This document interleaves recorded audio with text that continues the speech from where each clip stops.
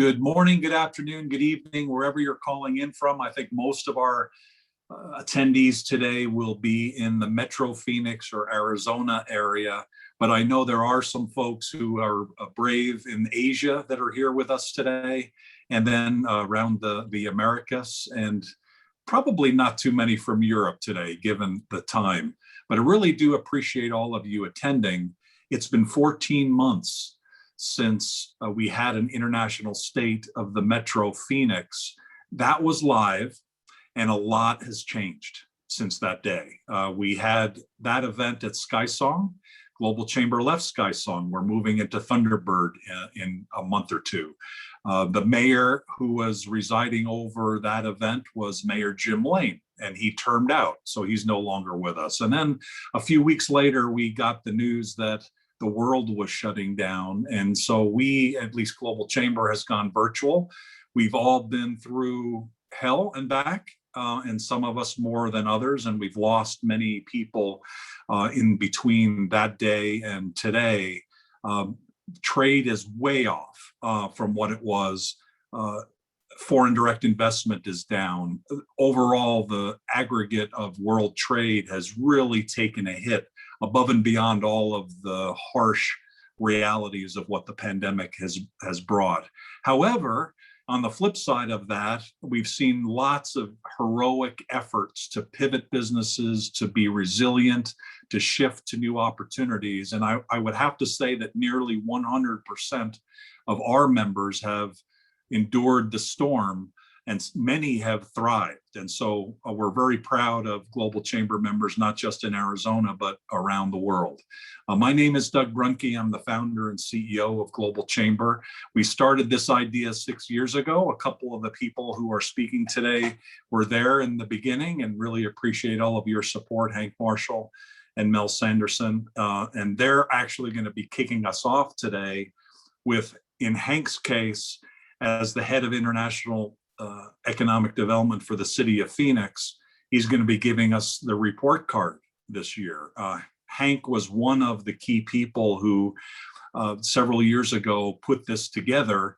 I did hear today by email from Rudy Vetter, who is also one of the key people, and those of you in the Phoenix area probably definitely remember that name, with Greater Phoenix Economic Council. He put together a report card. Really, he was the first one to put it together, and then Hank showed him how it should be done, later on. And since then, we've had a number of other people put report cards together, and Hank is going to show you a little bit more about that. But Hank, really appreciate your support all these years, right from day one, right at City Hall with Mayor Greg Stanton when we launched. You are going to give us kind of where we are today, and as always, I'm sure, give us some hope for the future. So Hank Marshall, thank you for kicking us off today. Well, I hope I got it first right by being able to turn my speaker on and turn myself off of mute. But let me start by giving Doug a big thanks. I mean, I remember the AZIG days, and where, it seemed like we were operating a clubhouse, and with the idea that sometime we'd be able to go real big. And we're thankful that, for all you've done, Doug, you've gone big. You've gone big in a really, really big way. We're very proud of you.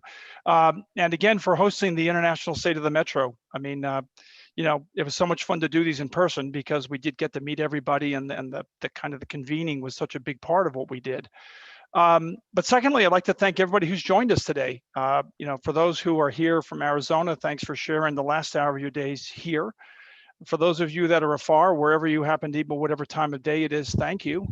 Regardless, we want this to be the best part of your day, okay? Wherever you are, this should be the best hour of your day, and we're gonna make every effort to do that. I'm going to thank Doug for putting me back in the rotation, because, well, like Doug said, we've had a number of fantastic people over the years that have done this report card, if you will. Recently, Jeanine Jerkovic, you've heard Rick Buss, you've heard Rob Miller, and then we heard Rudy Vetter's name from back in 2012. And we've all had fun doing it, because I think it's our way of trying to be very objective about the way we view the international state of the metro that we all live in. I wanted to start off by saying, judging by the huge crowd behind me, Doug, people are just intensely curious about this year's International Report Card. And with that, I'm going to kick it off. If I could ask Cesar to bring up the first slide.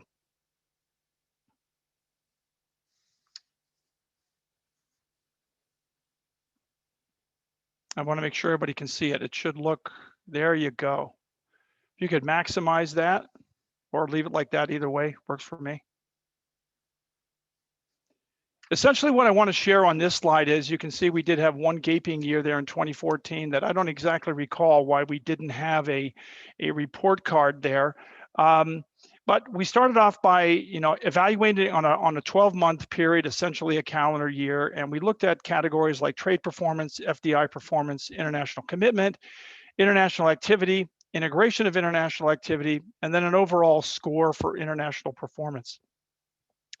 And as Doug, I think, pointed out, Rudy came out of the gate on 2012 and gave everybody, I think, a very glowing report card. And then I came in on 2013, and I'm not sure, I still have battle scars from that session where I think I level set it. I tried to add a little more pragmatism to, I think, not just telling everybody we were good, but there was a lot of room for improvement. And the way I can characterize the years that have gone by is that steady progression that you can see, that steady improvement that you see across the years is not by accident. That has been through a lot of hard work by a lot of people, many on this call, many in the Valley.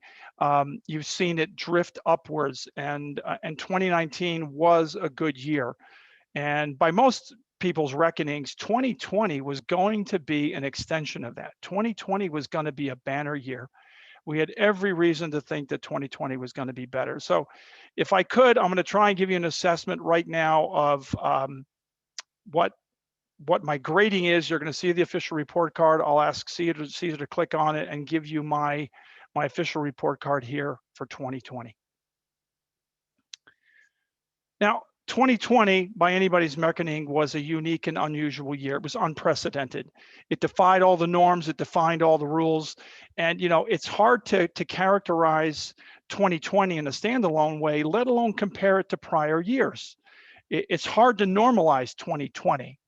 So when Doug asked me to do the review, I said, sure, I'd love to do it. And I came back to him and I said, listen, I'm going to take a different approach, a different methodology, because I think the grading format that we've used in the past is going to do a disservice to 2020, because I think 2020 will be characterized by an asterisk. It'll be very difficult to normalize it. And as we saw the world adjust and adapt in 2020, I felt that we needed to equally adjust, pivot, and adapt to have a grading or an assessment for this year that is unique to this year, that does two things. One, it recognizes the need for the assessment to take place, but I think it does it fairly. It doesn't try and compare it to years past where there wasn't anything in common with any of them. So essentially what I've done is used what's known as the NEP achievement leveling system. And the system uses proficient, and it's considered a very high level of achievement. Advanced is considered a superior competency. Proficient is considered a solid competency. Basic is considered a fundamental competency. And then later on, you'll see a couple of extra categories that I've added there towards the end that I felt needed to be integrated into the discussion for 2020. And then I've agreed that the final bullet to note is that we will return, in theory, back to the normal grading in 2021 for continuity purposes. But I'm going to kick it off by looking at the trade performance category. As Doug indicated, trade in 2020 got rocked globally. It wasn't something that was unique to the U.S. From an Arizona perspective, we saw a $5 billion decline in our exports in 2020. And, it was impacted by a lot of things that were outside of our control. Supply chain, I think, was hugely disruptive to many businesses, but we also saw people that did very, very well. You're going to hear from one of those companies here shortly that despite things being somewhat doom and gloom for many, it was also very, very productive and very rewarding for many other companies. So in essence, what I did for 2020 on a trade performance was I graded it basic. And by that, I mean, we had some fundamental competency. We didn't fold. We kept our head above water. I expect in 2021 will rebound, but from a trade point of view, it was easy for me to, I think, give it a basic rating because in fact we did lose ground, but we're on track. FDI, foreign direct investment. At the US level, it was a train wreck. 2016 was an all-time high for foreign direct investment, probably something on the order of 400 billion in 1 year. Last year, the US was on the order of 166 billion. Still a good number by any measure. However, it did see roughly, a 49% decline over 2019. Again, we thought 2020 would be a banner year. It didn't turn out to be that way. Now, you look at the advanced rating that I gave it, and it probably defies some logic because the US didn't fare well. Phoenix, Metro Phoenix and Arizona did. You've taken a look at some of the locates like TSMC, a roughly $20 billion semiconductor manufacturing facility, agreeing to set up shop in Phoenix in the middle of a pandemic. And there are many other instances of foreign direct investment around the city and around the state. We did remarkably well, and I think that needs to be called out because it goes to show that our product, our offering, is being recognized globally. That we do have a good offering, and I expect that when we get out of COVID, we'll see an even greater interest in our product. So I'm very optimistic that our FDI trajectory is one that'll remain at that advanced level. Now, on the international commitment side and the activity, I'll kind of lump them together because the way I see it is we didn't retreat. We've got people like the Global Chamber, we've got USGLC, PCFR, we've got Global Ties. Everybody came together. I mean, I watched Doug grow the Global Chamber while, while COVID was, while we were in the middle of COVID. I saw just people find and adapt, as I said earlier, to try and find new ways to not lose momentum. And that to me just says that we were up for it. We didn't decide that we're going to go crawl in a hole and wait for the smoke to clear, that we did band together. And I think that speaks a lot about Metro Phoenix. It speaks a lot about Arizona. We do have a group of people that are up for it. And in both cases, for the international commitment and international activity, I rated it proficient because I think we did. We showed a solid competency in both of these. And what I'll do is I'll quickly just jump down to the resiliency and agility and virtual effectiveness, because in my mind, those are the two things, and that's an old elementary school rubric, if you remember it, that check plus is excellent, check was good, and check minus was acceptable. Both of those categories, which are new this year, and they're not part of the overall grade, they're kind of a extra credit, if you will. Both of them were check plus. We saw the Valley and companies in Arizona demonstrate amazing resiliency and agility. No one hung their head down, no one gave up, no one ran away. And from a virtual effectiveness, I've seen other cities in other parts of the world where trying to switch to a remote working, trying to work virtually, get used to Zoom, get used to the virtual way of engaging, they did not do as well as we did. People just got very comfortable. And we didn't see numbers drop off. We saw meetings almost get bigger in attendance. We saw bigger crowds. We saw deeper engagement. We saw, things like the Metro meetups that Doug and the Chamber came up with. When Doug integrated Clubhouse into the Global Chamber, it almost exponentially increased the degree to which we saw international activity and commitment grow. So that adds those check pluses into the grading, if you will. I'm going to end with, I'm going to approach the integration, which is the last category before I get to the overall performance. The integration of international activity. I think this is one that I still see lagging, and I think it'll be pretty much consistent with the prior year grading, in the sense that I think a lot of the integration of international activity it exists, it's well intended, it's somewhat loosely aggregated, so it's happening in pockets. I think at some point in time, we'll all find a way to identify a common goal, a common mission that will unite a lot of this, and whether it's through a greater connectivity with things like Thunderbird, but it's still an area that I still think needs improvement, and it did fundamentally display a fundamental competency this year. And it's an area for improvement. And at the end, finally, and hoping I'm under my 5 minutes here, from an overall international performance, I'm giving us a proficient. I think we demonstrated in a crazy year, in a challenging year, with things stacked against our exporters, with things stacked against everybody and their ability to deliver a product or a service, regardless of who you are. We delivered a solid competency when it came to international. So without any further ado, I will conclude my comments. Thank you all for your attention. And I know that Mel Sanderson will, so there we are, there's the aggregated report card now. We've added 2020 to the running total. And as I said, proficient is our ranking for this year. And I will let Mel Sanderson provide her comments. Again, thank you for your time.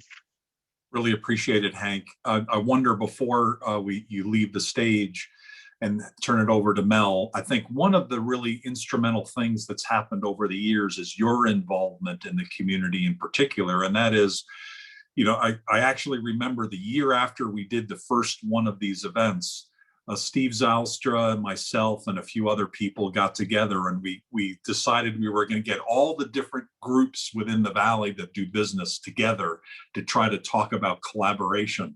It was, we were frustrated by that. But after the recession, depression of those years, groups were much more amenable to collaboration. And I think besides the economic hardships, you were a key leader in that because you really worked hard to get the cities to talk to each other. And when you were at Commerce, you were a leader in getting GPEC and the cities and Commerce working together. And so thank you for doing that. And what my question to you is, given what you've seen in this journey that the region is in, what would you like to see next? What do you see as kind of the next opportunities for the Valley to become, the global hub that Mayor Gallego has talked about? What would you like to see next?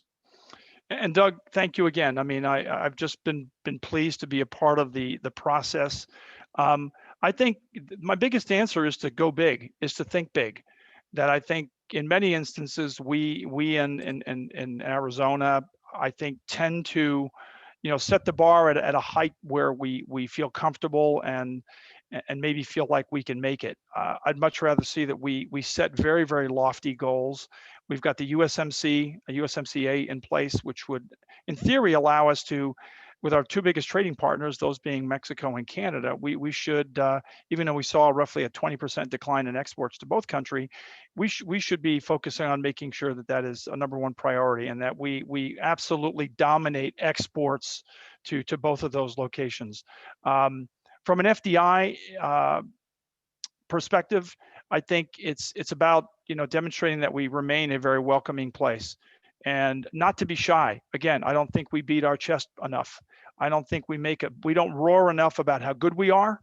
I don't think we roar enough about how much better we are than other places. We're starting to see the FDI in its own way validate us. I don't think we need validating, but it is validating us. So I think it's Doug, I think it's just going big. And I can't think of it any other better way other than to say it's time for us to go big. I think just being conservative and taking a very measured approach is just not going to move the needle. I think we need to do it in a big way. Awesome. Great comments. And so I saw Eric Kioski-Smith of Hound echo your go big message. Certainly Hound has done that, and it's required for companies to come back, and as Hound is doing around the world. So thank you for that message. And if you have questions and comments, please put them in the chat area. We'll either try to address them here in this hour, or we can follow up afterwards as well. So Mel, your job, Mel Sanderson, she, as many of us knows, have been a leader in the community on the international side. She's worked for a large mining company here in the Valley, and beyond that, she's had 20 years of foreign service. And if you ever need a contact in the Congo, the DRC. Mel is the person, but she knows people all around the world, and she's really been a grounding force for the Valley since she came, on real expertise around not just international business, but international diplomacy as well. And so, Mel, thanks for all that you do. And wonder, what do you think of what Hank said? Where do you agree? Where do you disagree? And what are your thoughts? Thanks, Doug. Goodness, would I have the temerity to disagree with the professor? Heck, yes, I would. But I don't think I have a lot of areas of disagreement. I think that mostly I want to echo and maybe emphasize a couple of things that Hank brought up. You look across the drift of the scorecard from 2012 to today, and I think it says a couple of key adjectives. It says momentum, which has clearly been building. And I think that even in our last pandemic year, that momentum had a key effect in the general area and the general benefit for Phoenix and being able to land some of those big FDI deals. Because another word that I would bring forward is patience. Because I think that our economic development agencies have shown a lot of creativity and also a lot of patience and persistence, and that has fueled that momentum. I think that, yes, resiliency. Oh, here comes my cat. I can't manage to make a coherent presentation without help from the feline corps. I think that resiliency is the key lesson learned from 2020 for almost all of us on personal as well as a business level. And our challenge is going to be, I think, to remain resilient going forward. There's, in my opinion, too much talk about, oh, let's get back to normal. I agree with Hank. Let's not settle for normal. Let's go big. Let's look for the new and exciting. I think that we do, as has been mentioned, I think we need to improve our teamwork collectively. I think we can do that. And I think that when we have that shared vision as to where we want to go, I think that we can coalesce around it. So my suggestion would be, in terms of going big, we've got a couple of trends in the world that we can hook together to our mutual advantage. And Hank touched on the first one, which is the reshoring movement, as was demonstrated by several economic distortions during 2020. Companies have learned that just on time isn't always just in time. So we have an opportunity that is unique to the United States and particularly applicable to us in Arizona, and that is the USMCA. I think we need to develop our vision around marketing what Arizona offers as either a direct landing pad for foreign companies who want to get inside the USMCA fence line. And I would say that Taiwan Semiconductor is a great example of that. And it's no coincidence that we see their suppliers more or less rushing to follow them inside the fence.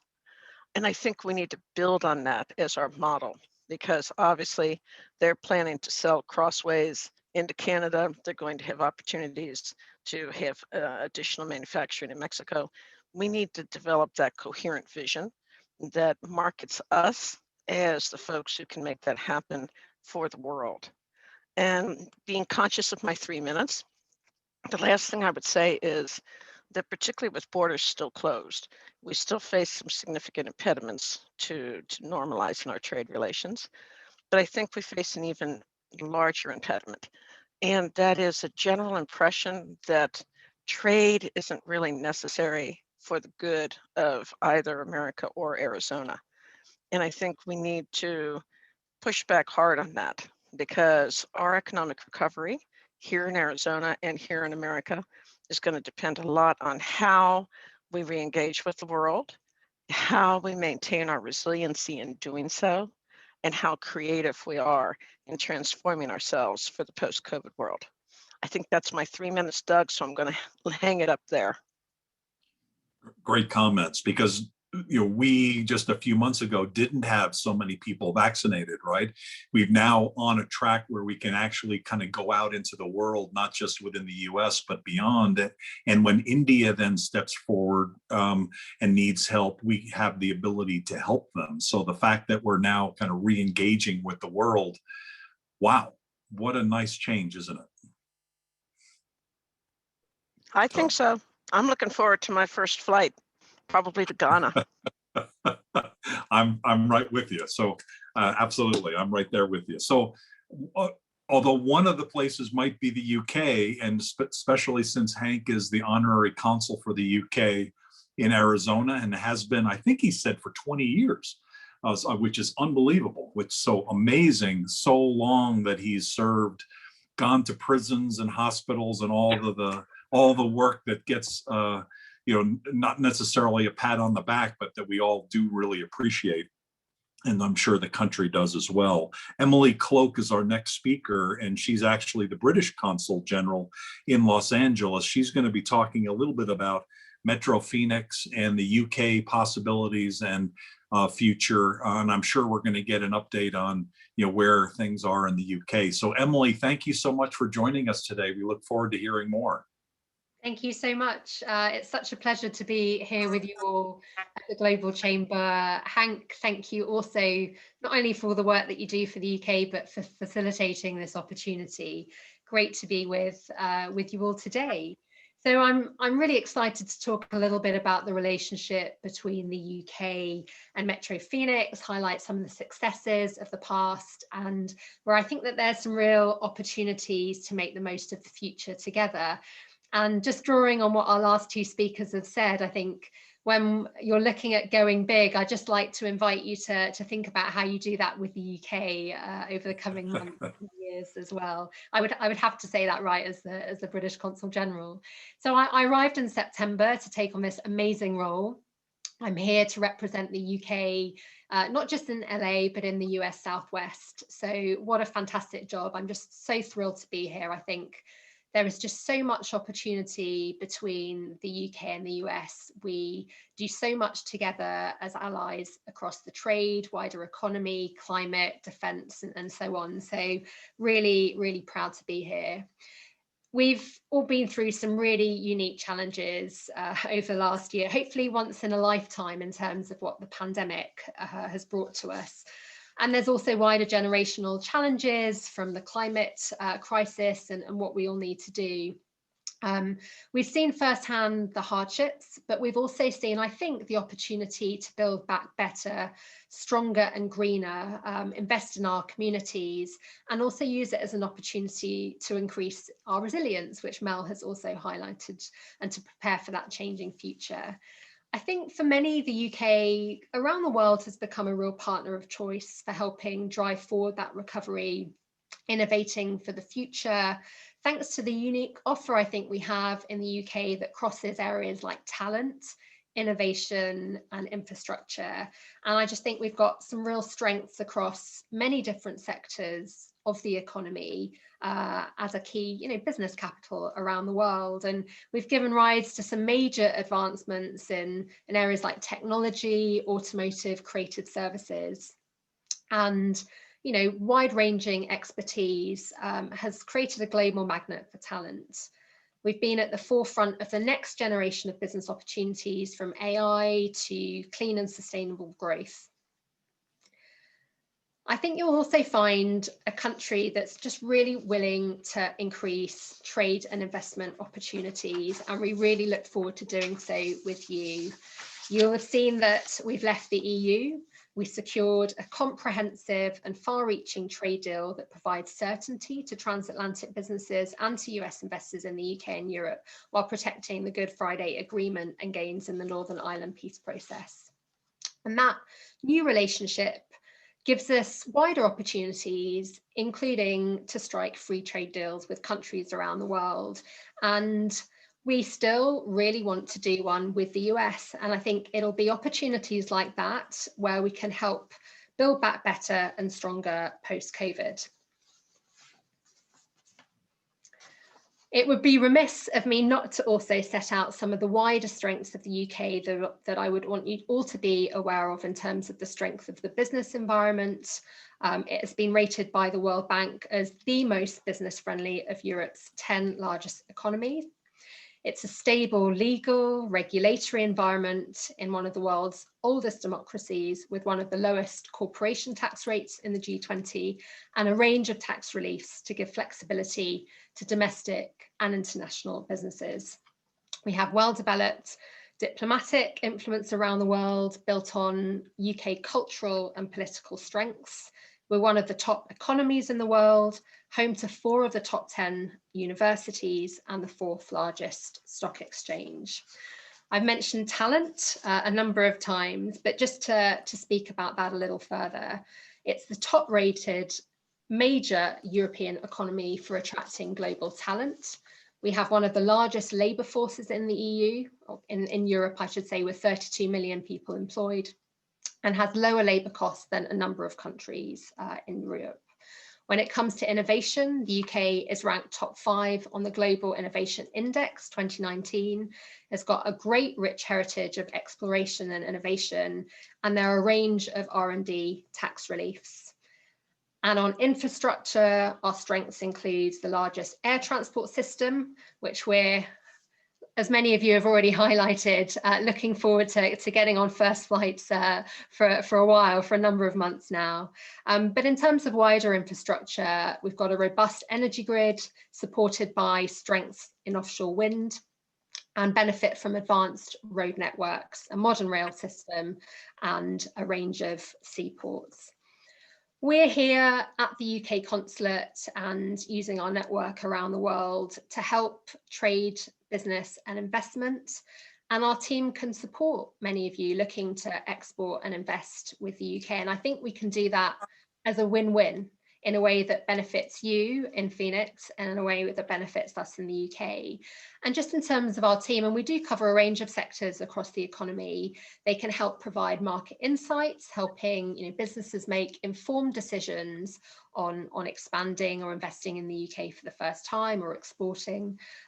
We can help get reliable industry insights, helping businesses make even better and more informed decisions, and also highlight specific, unique opportunities in industries, giving you insights in how opportunities in the UK are rapidly evolving, particularly in the changing environment that we've seen as a result of the pandemic.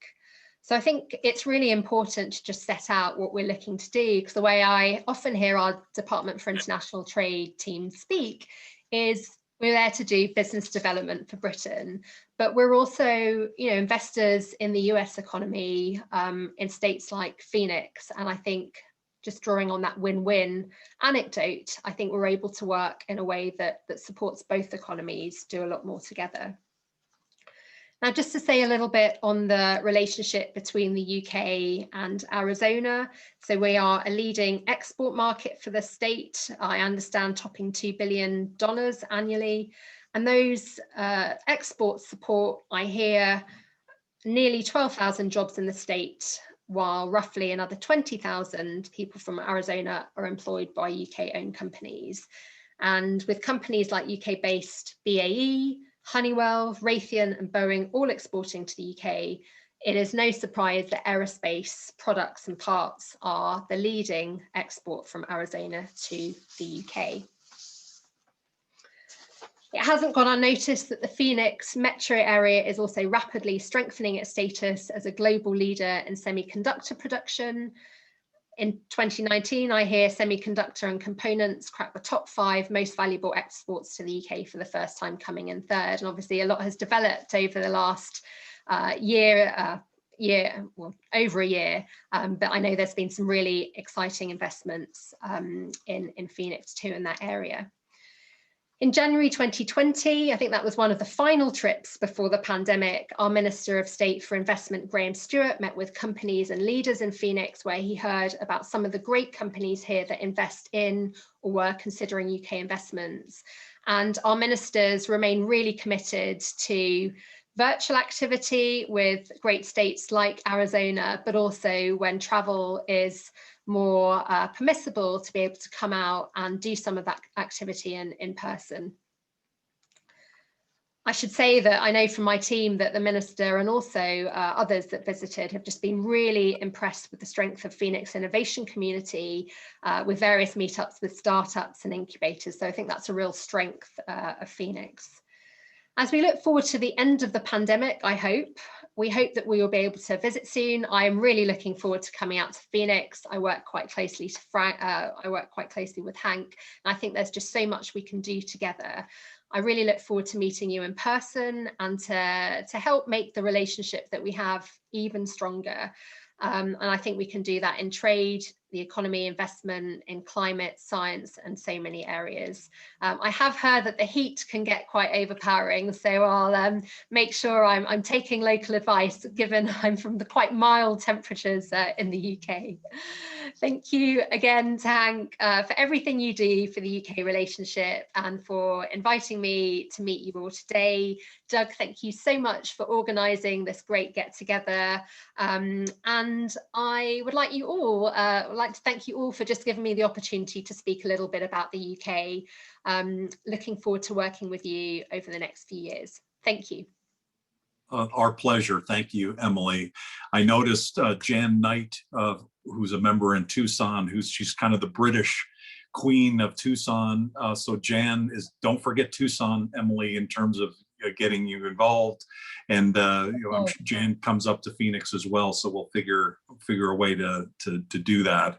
I also noticed Jim Ratcliffe of Ropar Pharmaceutical mentioned that he's been in the UK for 26 years. They're a company that's based in Scottsdale, so long history of British activity, and so let's keep up the good progress for sure. Thank you for the good words, and definitely we are looking forward to having you in person, live and in person. Fantastic, thank you. And I think what you were saying just with that company example of being in the UK for 26 years, there's just such a deep relationship between the UK and the US. Yep. And you know, we've seen over the last year the restrictions that the pandemic has put on us all, but as Hank was saying, just the way people have innovated and found new ways to work together and come together.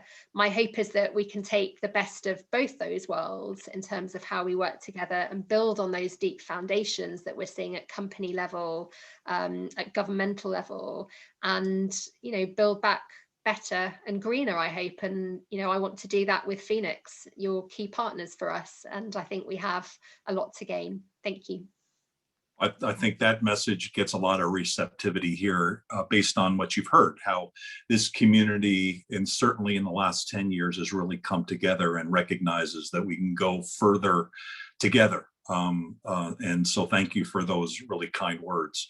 I will say, from a global chamber perspective, we're very pleased that Department of International Trade has discovered global chamber in the last 6 months, and just kind of randomly we had a membership from the UK and then in the US as well. And so now we're working with them on some specific programs.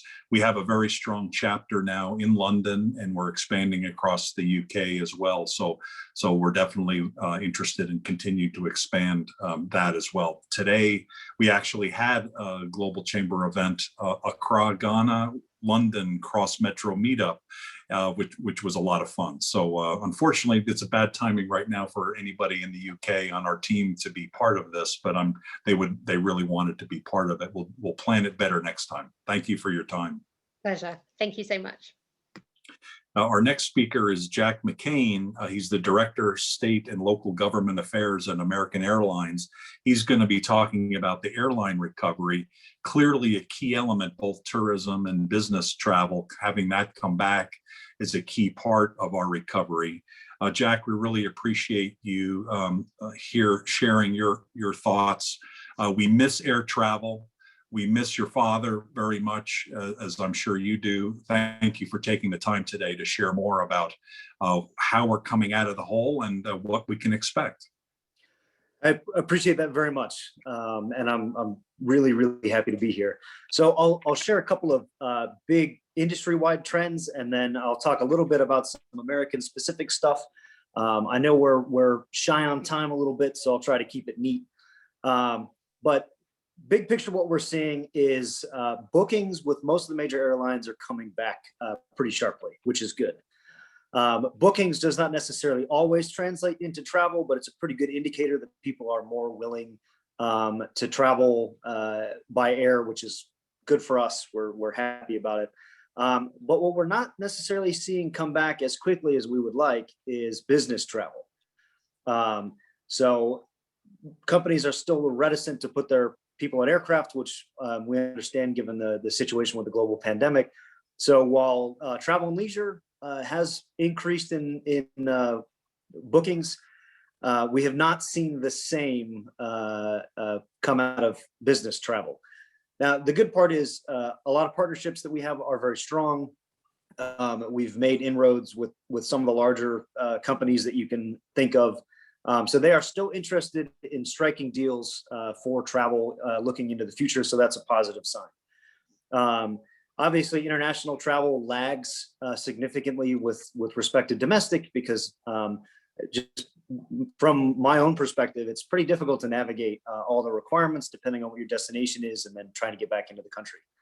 On an interesting note, as far as international travel out of specifically Phoenix Sky Harbor goes, we have seen okay numbers, especially back and forth to Mexico. In fact, we just added a new route to Sinaloa out of so we have increased that, and we're going to add, I believe it's 2 more flights to different destinations in Mexico on either a weekly or greater basis. So we are seeing demand out of Phoenix for travel to Mexico specifically. A lot of airlines, especially American, are making partnerships, either whether it's code share or an actual partnership, but the ability to share flights.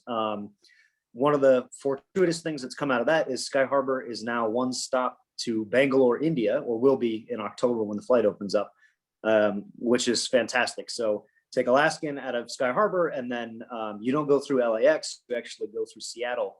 So Seattle's a little bit smaller airport, a little easier to navigate than LAX is. And so gets you from there to Bangalore, India. So good news, we are still adding routes. I know that the flight to Asia out of Sky Harbor is always a hot item. I think I get asked by the mayor and her staff about every time I sit down. So we're happy to answer that. Essentially, you come to a if you build it, they will come scenario. We've seen there was an announcement of pretty large investment from some Taiwanese companies, which has opened up some interest in exploring the opportunity for flights from Sky Harbor to Asia. Hopefully that will play out.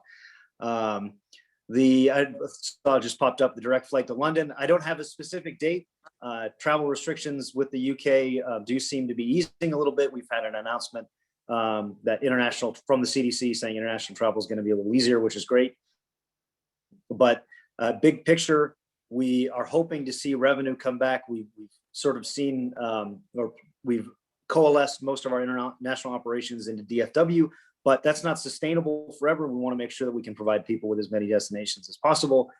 So we will be moving our international travel back out to some of the more disparate hubs, such as us here at Sky Harbor. So big positives, lots more travel to Mexico, more destinations, more flights, more routes. And Sky Harbor throughout the pandemic has been a fantastic performing airport. In fact, there was a period of a few months where Sky Harbor was the #1 airport for American throughout the pandemic because of the Sun Belt effect. With that, I think that I'll shut up. And if there's any questions, I'd be happy to answer them. But I appreciate your time and was really glad to be here. Karen Bedish of the Bank of America asked, could you comment about Canadian travel? There is demand for Canadian travel, but the issue is the restrictions are pretty onerous. So it is we need to work with the Canadian government to find a solution. Believe me, we want to fly to as many destinations as possible. It's just making sure that we have the demand for it so we can fill seats, but also that we're working with international governments to be able to enable a smooth travel process. Thank you very much. Appreciate it, Jack, very much. Our next speaker is Representative Lorenzo Sierra. He's with the Arizona State House of Representatives. He's going to give us the view from the Arizona House on Mexico, tourism infrastructure, and a unified North America. And I think he has some hot news around a UK company as well, tying into this event. Representative Sierra, thank you for joining us today, and thank you. Welcome back from COVID. Absolutely. Thank you very much, Doug. And as Doug mentioned, we all know we had a pandemic, and I think I know that more than just about anybody. If you followed my story, you know that I was on a ventilator back in October when we went to go visit my daughter, our daughter, in DC, and I ended up at Johns Hopkins. And depending on who you talk to, I had a 33 or 13% chance of living. So I am very glad to be here. And as Doug mentioned, I do serve in the Arizona House of Representatives. I serve Legislative District 19, Avondale, Tolleson, and Southwest Phoenix. And I am not shy about saying that that is the economic backbone of Arizona. We have the lion's share of light manufacturing, advanced manufacturing, supply chain. I've often said that my district helped pull Arizona through the pandemic, because if you shopped for it, or if it was delivered to you, chances are it came through my district to your house.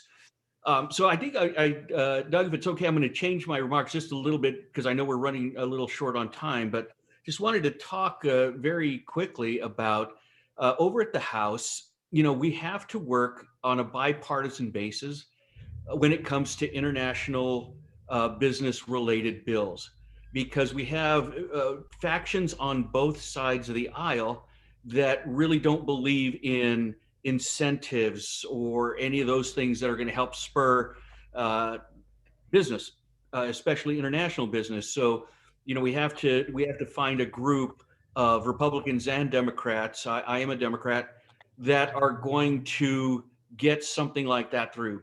And for example, last year, I was the swing vote on the bill that allowed for the Taiwan Semiconductor Manufacturing Company to come here. Not only that, that also helped Intel's expansion, as well as Microsoft expansion. And just today, the ACA announced that Photocentric, a UK-based photopolymers manufacturer, is locating in my district, and I'll probably be able to see it every morning in my morning walk. It's less than a mile from where I live. So that's an exciting development. I think those sorts of things are coming. You know, some of the other things that we've worked on at the legislature is making sure that that relationship with Mexico continues to thrive and continues to drive not only our economy, but our North American economy. Last year, we opened up trade office. The legislature approved the opening of trade offices in Chihuahua and in Guanajuato. In addition to that, just this year, we passed through the House and the Senate, and Governor Ducey signed into law the ability for Mexican nationals to use matricula consular, which is a biometric ID, as a valid form of ID to move about the state over here. And before I was at the legislature, I worked at, or I was a councilman in the city of Avondale, which is in the Southwest Valley. I think Jeffrey's going to talk a little bit more about that area. And I was also part of MAG's economic development group. And one of the things that we really wanted to promote was Mexican tourism here. Well, as of this year in January, and it sort of flew under the radar because of the pandemic, but it used to be that you could, if you were a Mexican tourist, you could only go, depending on which port of entry you came through, 25 or 75 miles north of that entry point. Arizona, Arizona as an entire state is now open to Mexican tourism. So think Flagstaff skiing, the ability to come to the Diamondbacks games, the Cardinals games. Can't understate how important that is that once everything starts coming back to normal again and people are able to come here, that is going to make a big dent in the ability of our businesses here, our restaurants, our tourism. it's going to make a big dent in that. And so I'm really excited about that. That's something we had been working on. Hank, I know you'd been wanting to get that Southwest Tourism Expansion Act passed for a long, long time, and now we've got it. So those are just some of the exciting things that we have going on over at the legislature. And just want to give you a sense that we do have a group of bipartisan legislators that are willing to work to make those investments, to be able to not only attract but grow our homegrown businesses so that they can eventually ship overseas or off our shore, or bringing in companies like Photocentric, which came to my district today, and very happy. And Emily, when you want to come over and do that, my seatmate owns a Mexican restaurant over right by Photocentric, and we will be happy to treat you to lunch over here and show you some really good Mexican food. But again, I'm really bullish on Arizona. In fact, Jack, I just took a flight this weekend, and I was in Utah. My son lives in Utah, works for a startup, and you want to talk about having a real competitor. This is one of our four corner states that we're going to be competing against for years to come. And if we don't have our act together, I think Utah is going to pass us up in a lot of things. So we've got to be ready to be able to do this in a bipartisan manner to get the foundation we need to compete with Colorado, with Utah, because they're doing some amazing things over there from an infrastructure standpoint. With that, thank you so much for having me, and happy to come by anytime. Fantastic. Thank you very much. There's a couple University of Utah people on this panel, and we're going to get to one here in a moment. So we're very familiar with that, and I love your message around working together. It doesn't make sense to do Avondale first, just like it doesn't make sense to have US first. We've got to do this thing together. We're going to go further. So thank you for understanding that, and thank you for your leadership. Really appreciate it. Welcome back. We now, as you kind of referred, Jeffrey Campos is our next speaker. We are going to go a few minutes over 5 o'clock, so I apologize. That's just my mismanagement. But I think what we were hearing are some really amazing people, and hopefully you've got another 5 or 10 minutes after 5 that you'll listen to two exporters that are definitely worth listening to. In the meantime, another person worth listening to is a new person to the Valley. He's got experience with the Phoenix area, Jeffrey Compost. I happen to know him quite well because he's the person who started Global Chamber Denver, and it's our most successful chapter outside of Arizona. Jeff is a leader, has been a leader in the community there in Denver. He's got experience in the Phoenix Valley, and so now he's taking over as president and CEO just in the last couple of weeks with the Southwest Valley Chamber of Commerce, and he's going to be making some waves, including on the international side. So Jeff, thank you for joining us today, and tell us what your view is of international there from the Southwest Valley. Well, thank you, Doug. It's always a pleasure being on a program that you facilitate. As Doug said, I'm Jeffrey Campos. I'm the president and CEO of the Southwest Valley Chamber of Commerce. I was recently appointed to provide a new vision and ongoing leadership in the Valley-wide business policy and initiatives that we have here, and also on economic development in the area. It's exciting, all the opportunities that are going on here. But let me start by sharing my commitment to global business. Over the past 5 years, I was the executive director of Global Chamber Denver, and then in about the last year, I started working on Chicago. So with the leadership of Doug Brunke, I had great success in the development of global business for our members in Denver and in Chicago. I enjoyed my time there. I am thrilled that Doug asked me to speak today, especially now being that I am in his own backyard. He's got to at least, because I'll run into him now. So Doug, thank you for having me here today. And of course, now that I am in the Southwest Valley, the global efforts will not be a thing of the past, but rather, I think my commitment on my part to educate and support global initiatives here in the Southwest Valley is going to be on my mind all the time. Just a little about our members, and it was Doug. Thank you for letting me follow Lorenzo, because he teed it up for me to talk about the Southwest Valley. Lorenzo, thanks for that setup here. Our members are business, government, and community leaders representing a variety of industries. Southwest Valley is located in Maricopa County, and the Southwest Valley, one of the most perfect places in the entire country. I wouldn't have moved here if I didn't think I was coming into an environment that was ideal for me and my family. The cities that create the Southwest Valley Chamber are the Avondale, Goodyear, Litchfield Park, and Tolleson. And they all have a history of success and entrepreneurship and really a family-oriented environment here. The Southwest Valley has features and amenities that would benefit any business or industry.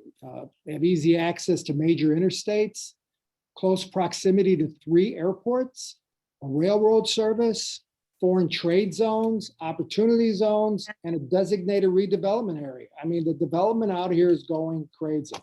So I'm really excited about that. And then most of all, there's a highly educated workforce. We're also less than 7 hours from international ports of call. Low cost of doing business, which is really great for businesses to look at. And then for their employees, affordable housing. And then they offer premier incentives for businesses looking to relocate here. For example, that's why you have Photocentric here. They see the opportunity and the value here. We've had numerous Fortune 500 companies move into the area, most recently, like Amazon, Ball Corporation, Darden Restaurants, Dick's Sporting Goods Stores, Microsoft, UPS. These are really adding up to our vibrant business community. And then we have many other smaller companies like Anderson Corporation, the Cancer Treatment Centers of America, Cornell Cookson, Fairlife, REI, Sub-Zero, and many more that are coming into this area and really making us a vibrant business community. In addition to the Southwest Valley has a blend of amenities from, like I mentioned, residential, cultural, educational, and entertainment resources. We are a leader in providing great opportunities for businesses and their families and to achieve their full potential. So I'm excited about my experience here and to share my vision of what I expect to do in the Southwest Valley Chamber and its members in exploring new opportunities to unite the businesses of all industries and really be a center of establishing economic growth and policy initiatives, all designed to help the community and to shape our future, in which I look at as being very bright. So I'm excited about Southwest Valley Chamber of Commerce and what we offer. And Lorenzo, I look forward to working with you. We got a lot of exciting things ahead for us. And Doug, thank you again for having me here today. And I hope you don't forget me and keep me involved, because I'm going to make this area a global initiative and global insights for you. And we'll do a lot of collaboration in the future. Looking forward to it. I leave you with one word, not plastics, but logistics, right? Logistics for the West Valley are amazing. You know, the access to the port, manufacturing facilities. Yeah, it's just a great asset for the Valley. So welcome, Jeff. Well, we now right at time, but we have 2 exporters that I really want everybody to hang on for. I also want to give a shout out to a few people. Rick Buss, thank you for your comments. A past report card guy, City of Peoria, keep up the good work. Mark Pierce, Lee and Associates, thanks for all your work on the commercial real estate side. Michael May of Wisdom Natural Brands, thank you for joining us today. You are a great exporter, another great exporter who've been a speaker at this event. Barry Wong, everybody knows Barry in the Valley, working now for the state. Thank you for joining us today, and I really wish we could be together. And I think what I vow is that hopefully the pandemic is gone, and next year, next April, when we're moved into our new headquarters at Thunderbird, that this event is there in the main lobby of the new Thunderbird area, and Barry and all of us will be together. I'm really looking forward to it. I'm through with Zoom calls. I don't know about you guys and gals. And then finally, and last but not least, Mike Patterson. Mike is like Hank, a hub in the community around international business. I think he was in Mexico for the last few weeks. And so I don't know if he's there right now, but Mike, thank you for all that you do. He's a go-to person on every level, on the legal side and just on the community side, and just generally a good person that you should absolutely have in your speed dial and your Rolodex. So Mike, thank you for everything that you do and for all of your support. Our last two speakers are both exporters. The first one is Jane Spicer. She's the CEO at Daphne's Head Covers. Because of my kind of offhanded way of not really probably listening or not fully understanding, when she and I talked by phone recently, I called her Daphne and then I hung up and I thought, oh my God, I think I just called her Daphne instead of Jane. And she was so polite afterwards saying, you know, it's no problem at all. Daphne's my mom and I don't mind being mistaken for my mom at all. So I think all of us can relate to that very well. Jane is all about head covers, and golf, as we know, is an amazing business here in the Valley and around the world. She's going to be talking about exporting to overcome economic and business challenges. One of the things compelling about her story is how she's been able to use exporting to overcome business challenges, and in recognition that most of the market, most of the business opportunity is outside the US. So Jane, thank you so much for your leadership in exporting, and sorry about the Daphne comment, and our best regards to your mom as well. Doug, thank you very much for having me, and Hank for your part in this. It's been fabulous listening to everybody. And you know, Doug, as you asked me to just share a little bit about my story as an exporter with a Phoenix-born business, and what it's really meant to my company as we move into our 41st year of business. I started my first company when I was 10 here in Phoenix. My second company, Daphne's Head Covers, when I was 16 years old. Daphne's is running strong and globally still many years later. I sold golf club covers all through high school and in college, basically for beer money. And when I finished college, I got a real job and realized it just wasn't for me. So I went on the road for 6 years selling golf club covers until I had enough domestic business that I could stay in one place. And along the way, I've had some really good fortune. A young golfer that you may all have heard of, Tiger Woods, was carrying my Tiger head cover when he won the Masters in 1979. This is his Tiger back here, also known as Frank, and he's happily carried him throughout his entire career. And that was a huge boost for Daphne's. And we continued to grow steadily until over the years, until 2008, when the recession hit. And it hit us hard. I mean, literally overnight, our phones stopped ringing. And I had a front office filled with highly trained sales guys staring at their computers doing nothing. So first I did what any well-polished, highly trained CEO would do. And I just freaked out. I was like, well, what is happening here? I even called the phone company to see if maybe the phones were broken. And then at the end of the day, I heard CNN say that the recession hadn't hit Europe or England. Thank you, Emily. And so I reached out to our European and English customers and with emails saying, hey, we've got inventory, we're ready to ship right now. Here's our catalog. Oh, and by the way, could you please pay us 50% up front? You may have heard we're having problems here. I sent the emails out and I went home and prayed. I may have opened a bottle of wine too. And then I came back the next morning and there were orders. And not only were there orders, but there was global support. There were people reaching out saying, hey, we're watching the US. What happened? We get why you're asking 50%. We don't want to pay it forever, but we'll give you 50% upfront. How do we help?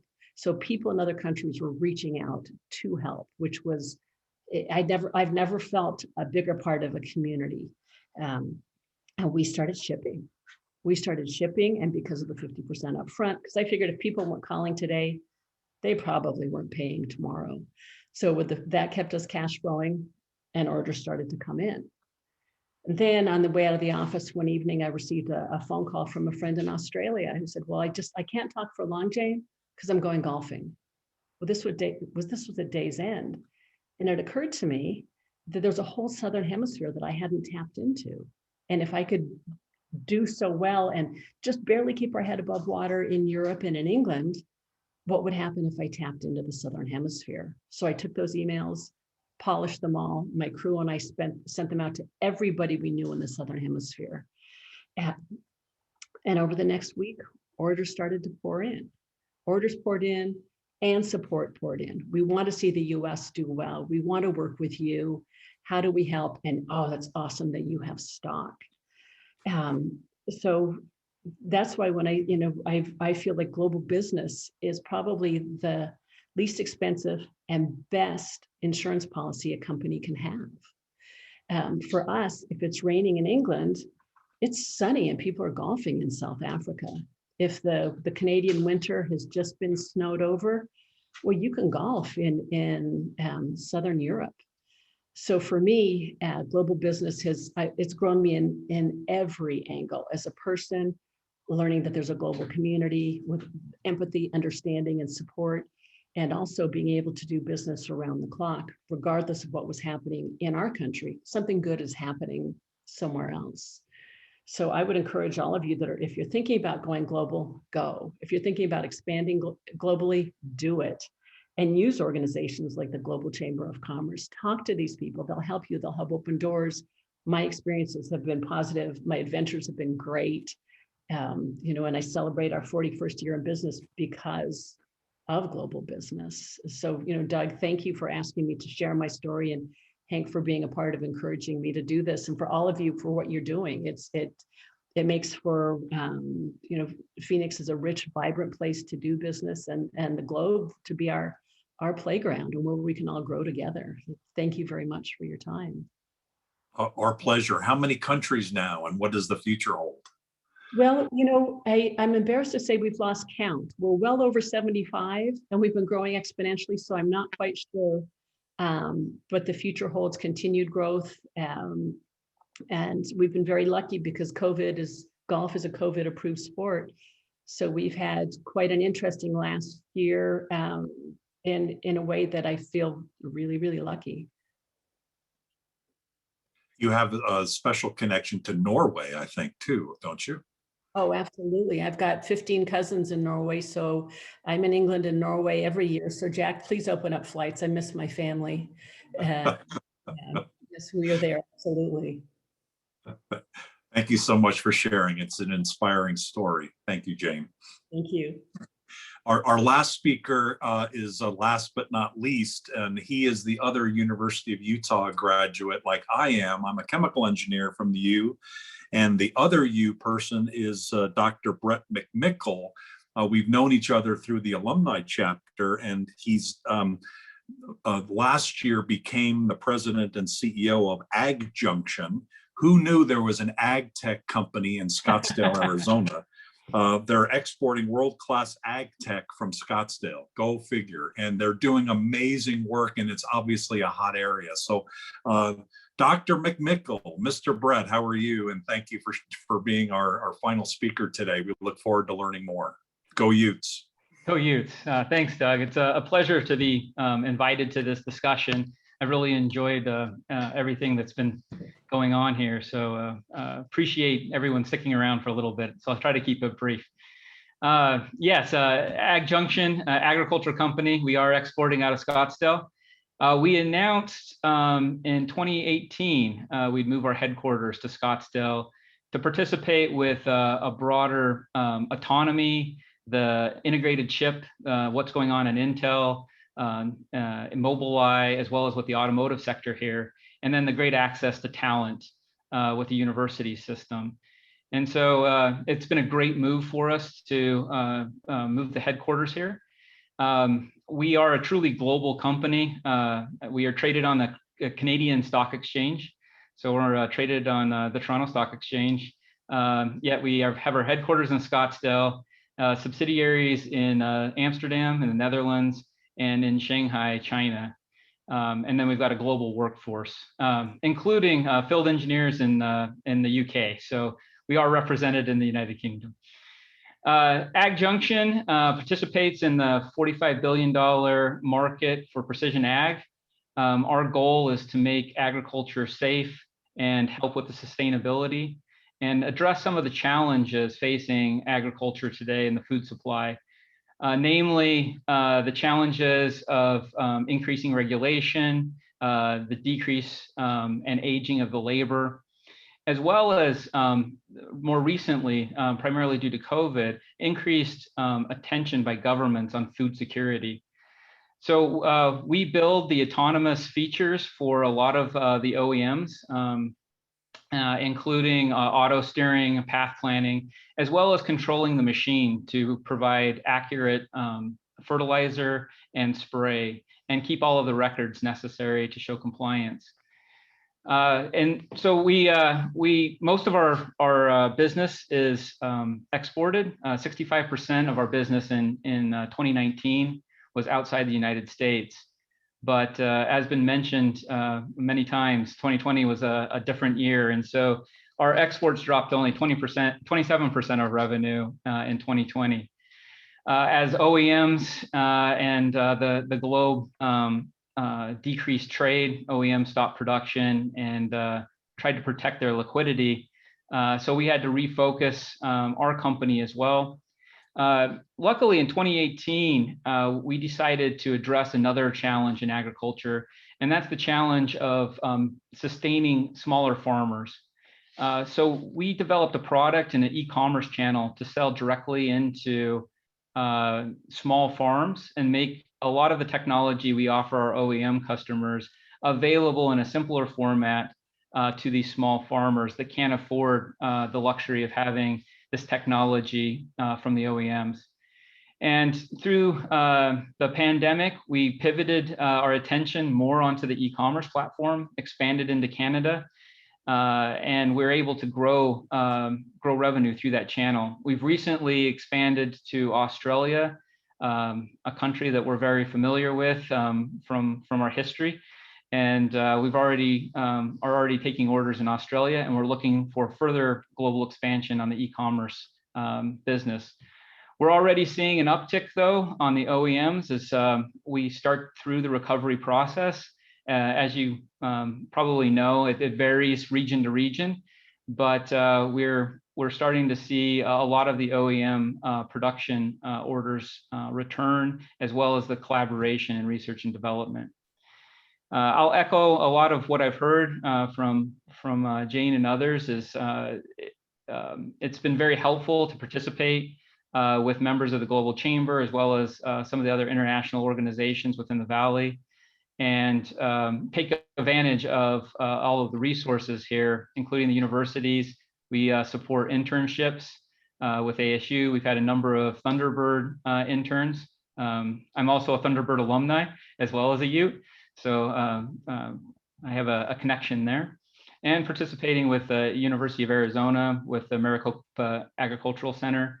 So it's been a really great move to Scottsdale, and we felt very supported here doing international business.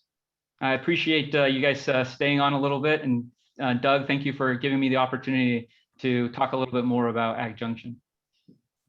From a farm in Utah to ag tech in Scottsdale. So you've made quite a transition. Thank you for sharing today, and thank you for sharing part of the success that you've had. I want to give a shout out, and then I'll come back to both Hank and to Mel and any of the other panelists to make any final comments. But I wanted to give a shout out because I saw the message, Jeffrey Garza Walker, that I forgot that you knew Jeffrey Campos. So I think you guys have a good history in the past, and undoubtedly we're going to see you on a golf course in Peoria sometime soon. Dave Binsfeld, thank you for your support. Eduardo Gonzalez, Gloria Peterson, thank you for all that you do, and appreciate your support of the West Valley as well.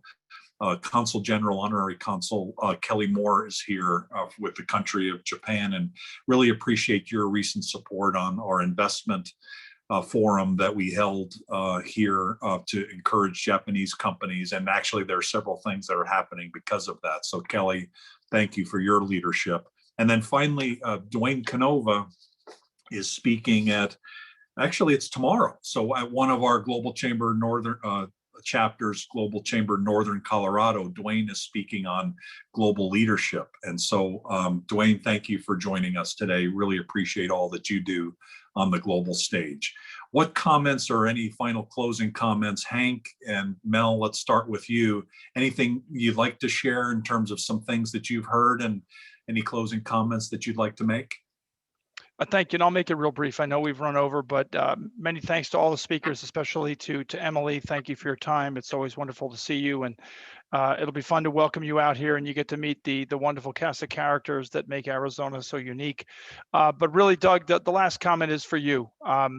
Without a platform like this, without your unwavering support and everything you do, none of this would work. I mean, you have just become the not just the tip of the spear. I think you're the spear. You're the whole damn thing, and you're the reason why we get a lot done, and why we've made the progress that we have over the past 6 to 7 years. So, don't take the foot off the gas pedal.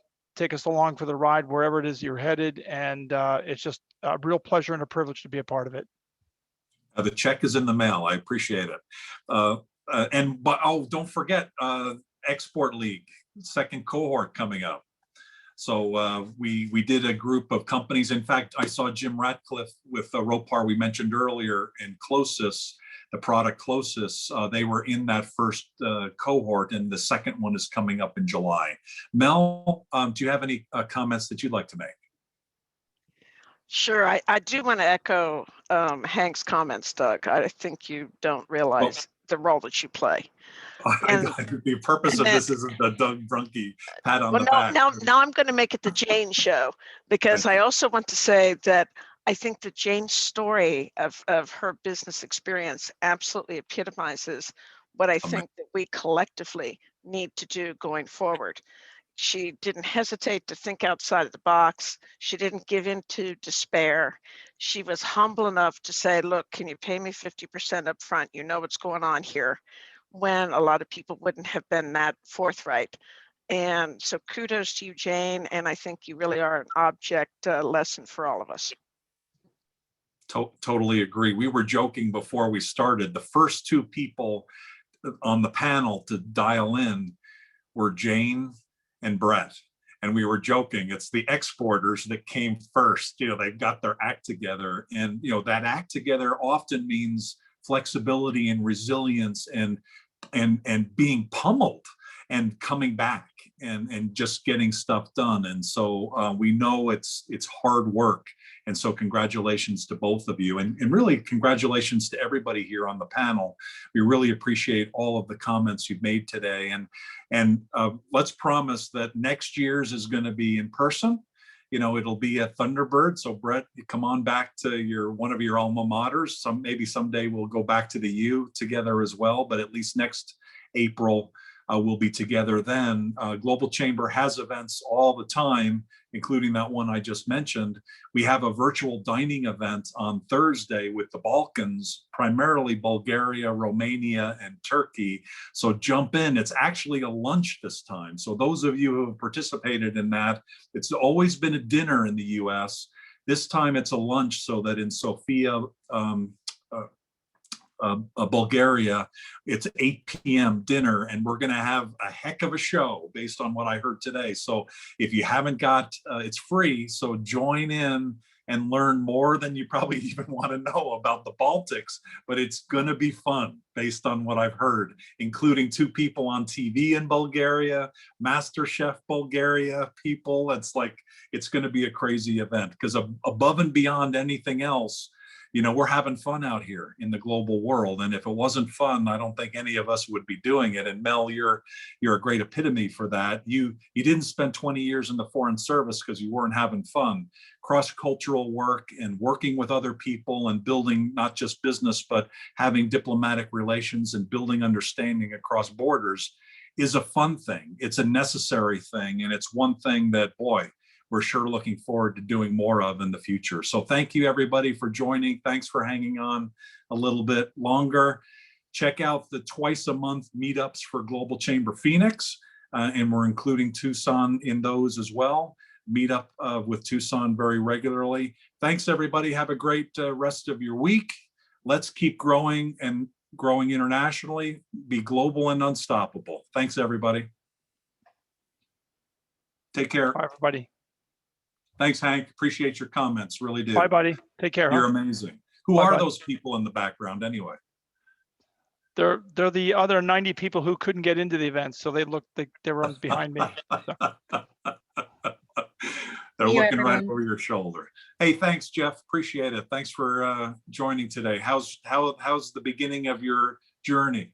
It's going well, Doug. Thank you. Thank you for having me. I look forward. How many times have you been golfing so far? Twice. Oh, just twice. Okay. So I forgot that you knew Jeffrey Garza Walker. So if you Yeah, haven't golfed with We're him yet, definitely going to get out there with Jeff. he's probably texted you already. Thanks, everybody. We're going to close Oh, down. thanks. Take care.